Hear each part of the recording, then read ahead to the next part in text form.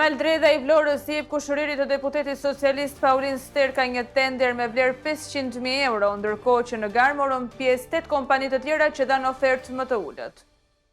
Qeveria ka vendosur të shpërblej 530 patronazhist punonjës të administratës me kredi të buta në prag të zgjedhjeve të 11 majit.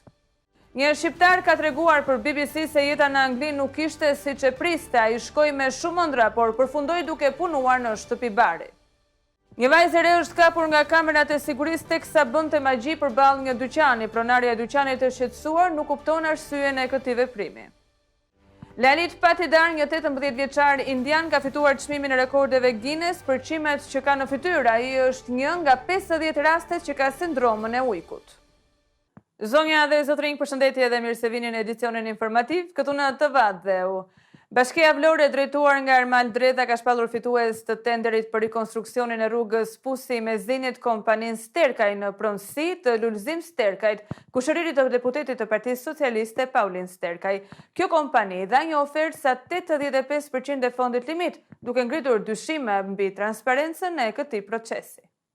Bashkia Vlore, drejtuar nga kryetari Ermal Dredha, ka shpallur fituesin e një tenderi të rëndësishëm me vlerë rreth 500.000 euro për rikonstruksionin e rrugës Pusi me Zenit.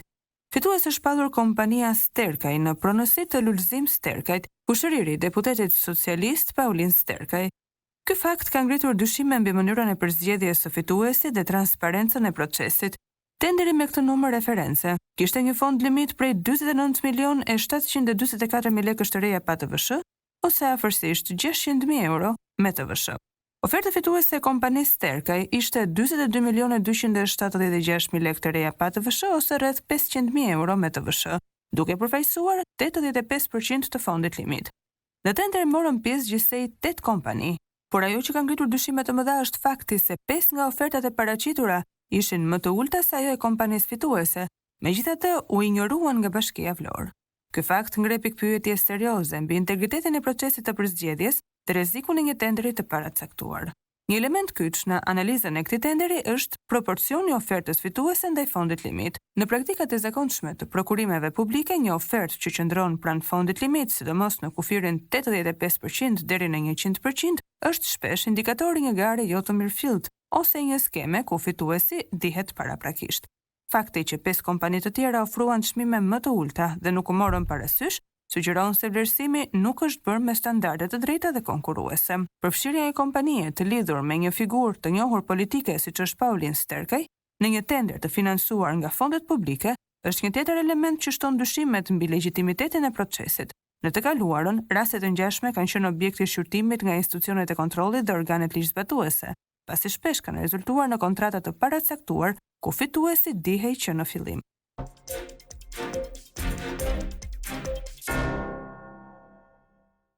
Në prag të zgjedhjeve të 11 majit, qeveria ka shpërblyer besnikërinë e 530 punonjësve të administratës publike, duke u dhënë atyre kredi me 0% interes. Në një akt të pashembull bujarie, qeveria ka vendosur të shpërblejë besnikërinë e 530 punonjësve të administratës publike me kredi me 0% interes.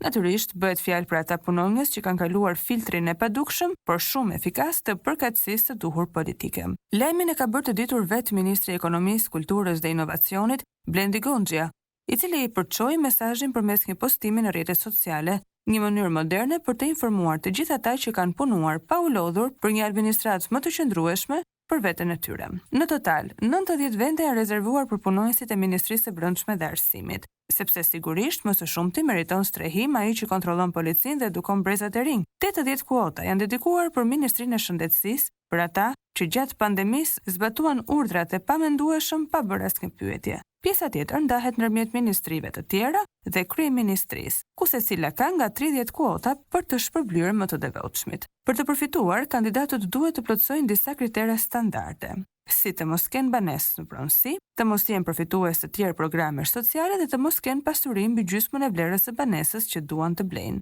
Po kush e kontrollon këtë? Për këtë ekziston sistemi i pikëzimit, një algoritëm misterios që arrin gjithmonë të rendisë të përzgjedhurit e natyrshëm në vendet e para. Nëse ndonjë qytetar i zakonshëm po punon prej vitesh në privat pa benefite dhe me qira të lartë, pyet veten, po unë pse nuk përfitoj nga këto kredi? Përgjigjja është e thjeshtë, s'ke qenë në radhën e duhur në zgjedhje. Ky është viti i dytë që qeveria shpërndan kredi të tilla, duke u siguruar që administrata të mbetet një bastion i palëkundur i besnikërisë. Në një vend ku qytetarët luftojnë me çmimet e rritura të banesave dhe një kredi bankare është një barr për dekada, qeveria gjen mënyrën për të kujdesur për të vetët. Në fund të fundit, një administratë e lumtur është një administratë e besueshme, sidomos kur vijnë zgjedhjet. Njeri shqiptar i cili arriti ilegalisht në Britani ka rrëfyer për BBC për jetimet e tij të vështira, duke përfshirë punën në një fermë kanabisi dhe shfrytëzimin në kushte të palishme. Pas disa muajsh ai u detyrua të rikthehej në vendin e tij. Njëri shqiptar që hyri ilegalisht në Mbretërinë e Bashkuar ka rrëfyer për BBC se si jeta e tij u bë e padurueshme pasi përfundoi duke punuar në një fermë kanabisi. Ai ishte njëri nga 12.600 shqiptarët që udhëtuan me gomone drejt Britanisë në vitin 2022, viti kur u regjistrua numri më i lartë i kalimeve përmes kanalit anglez. Shqiptari, i cili ka preferuar të mos identifikohet, u shpreh se po e ndan historinë e tij për të paralajmëruar të tjerët. Ai rrëfeu se gjeti një trafikant në TikTok, i cili premtoi ndihmë për të arritur në Angli. Pasi udhëtoi me autobus për në Francë, arriti në Dunkirk, ku u nis me gomone drejt Doverit. Kushërinjtë e tij që ndodheshin tashmë në Mbretërinë e Bashkuar paguan 3.500 pound për ta ndihmuar të kalonte kanalin anglez. Fillimisht ai u vendos në një hotel, por më pas u largua pa u vënë re për të punuar në një fermë kanabisi. Isha në kërkim të një jete më të mirë, për të ndihmuar familjen time si të gjithë të tjerët që bëjnë këtë rrugë. E dija që kishte rreziqe, por shpresoja të mos isha unë ai pa fati. Por fati nuk ishte në anën e tij. Firma e kanabisit ku punonte u grabit dhe për këtë arsye ai nuk mori asnjë pagesë. Pas kësaj ai nisi të punonte në ndërtim, por për shkak të statusit të tij të palishëm, u detyrua të pranonte një pagë shumë të ulët, që nuk i mbulonte dot shpenzimet e tij dhe ndihmën për familjen në Shqipëri. Pas 5 muajsh në Britani vendosi të kthehej në atë. Kisha ëndra të tjera, shpresoja të arrija diçka më shumë. Askush nuk dëshiron të largohet nga vendi i tij, nga familja dhe miqt, por në Shqipëri është një luftë për mbijetesë dhe nuk kisha zgjidhje tjetër. Qeveria britanike ka nisur një fushat në rrjetet sociale për të treguar historitë e emigrantëve që shkuan ilegalisht në Britani dhe përfunduan të zhytur në borxhe dhe të shfrytëzuar. Vitin e kaluar mbi 2.600 shqiptar u kthyen në atë dhe duke shënuar numrin më të lartë të riadhesuarve nga një kombësi e vetme në Mbretërinë e Bashkuar. Policia e Elbasanit arrestoi një 54 vjeçar pasi dyshohet se ka vjedhur makinën Range Rover të vëllait të tij, e cila u gjet më vonë e parkuar në një lagje të qytetit. Në një ngjarje të pazakontë nga Elbasani, policia njofton se ka vënë pranga një 54 vjeçar pasi dyshohet se i ka vjedhur makinën tip Range Rover të vëllait. I arrestuar është shtetësi me iniciale TH, 54 vjeç, pas denoncimit të zhdukjes së automjetit nga vëllai i tij, 52 vjeçari LH. Megjithëse besohet se i vëllai vetëm ja ka marrë hua automjetin, njoftimi i policisë solli operacionin e kërkimit dhe rrjedhimisht lokalizimin e mjetit që u gjet i parkuar në lagjen Beqirdardha. Marrja e mjetit pa lejen e të vëllait ka kushtuar shtrenjtë 54 vjeçarit që tashmë duhet të jap llogari për veprimin e pamenduar. Specialistët për hetimin e krimeve të Komisariatit të Policisë Elbasan arrestuan në flagrant shtetasin me inicialet TH, 54 vjeç, banues në Elbasan, për veprën penale vjedhje. Ditën e djeshme ka kallzuar shtetasi LH, 52 vjeç, se gjatë natës i kishin vjedhur automjetin tip Range Rover të parkuar në lagjen Beqirdardha. Shërbimet e policisë mes ditën e djeshme kanë lokalizuar automjetin në lagjen Luiç Gorakuqi dhe kanë arrestuar në flagrant shtetasin 54 vjeçar, që u kap duke drejtuar automjetin, njofton policia.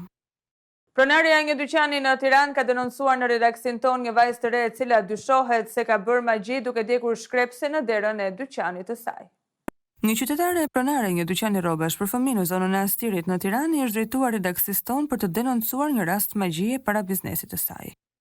Nëpërmjet kamerave të sigurisë, ajo ka arritur të shohë momentin kur një vajzë e re në moshë dhe jo banore e zonës djeg disa shkrepse të shkallët e dyqanit. Për disa minuta vajza duke parë kamerat e sigurisë ka djegur disa paketime shkrepsesh dhe më pas ka fshirë shkallët dhe është larguar. Pronarja e dyqanit e shqetësuar për këtë pamje ka pyetur në lagjen për vajzën, por askush nuk e njeh. Ajo ka frikë se vajza mund të ketë bërë magji edhe pse nuk e kupton dot shkakun apo arsyen.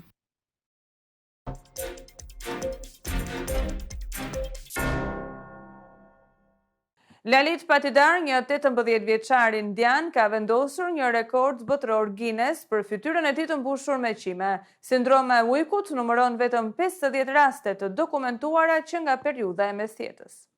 Lalit Patidar, një 18 vjeçar nga India, ka hyrë në librin e rekordeve botërore Guinness për fytyrën e mbushur me qime, duke e vendosur një rekord të jashtëzakonshëm me 201.72 qime për centimetër katror të lëkurës së tij. Patidar është nderuar me këtë titull për shkak të një gjendjeje të rrallë të rritjes së flokëve të quajtur hipertrikoz ose sindroma e ujkut, një sindrom e cila shfaqet vetëm në 1 në 1 milion njerëz. Lalit ka pasur këtë gjendje që nga fëmijëria dhe aktualisht mbi 90% e fytyrës së tij është mbuluar me flok. Ai është një në vetëm 50 raste të dokumentuara të hipertrikozës që janë regjistruar që nga mesjeta. Patidar ka treguar se gjatë fëmijërisë së tij, fëmijët e tjerë në shkollë kishin frikë prej tij për shkak të pamjes së veçantë. Por pas bisedave dhe njohjes me të, ata e kuptuan se ai ishte i njëjtë si ata, vetëm se dukej ndryshe nga jashtë. Në një intervistë për Guinness World Records, Lalit shpjegoi se ai është plotësisht i pranueshëm dhe krenar për pamjen e tij dhe se nuk ka ndonjë arsye për të hequr flokët nga fytyra. Ai shtoi se edhe pse ka njerëz që e sugjerojnë ta bëjnë këtë, ai është i sigurt se është mirë ashtu siç është. Patidar ka krijuar një kanalin e tij në YouTube ku ndan jetën e tij të përditshme dhe përjetimet e tij me ndjekësit. Pas marrjes së rekordit botëror, ai tha: "Kam mbetur pa fjalë, nuk di çfarë të them sepse jam shumë i lumtur që kam marrë këtë çmim."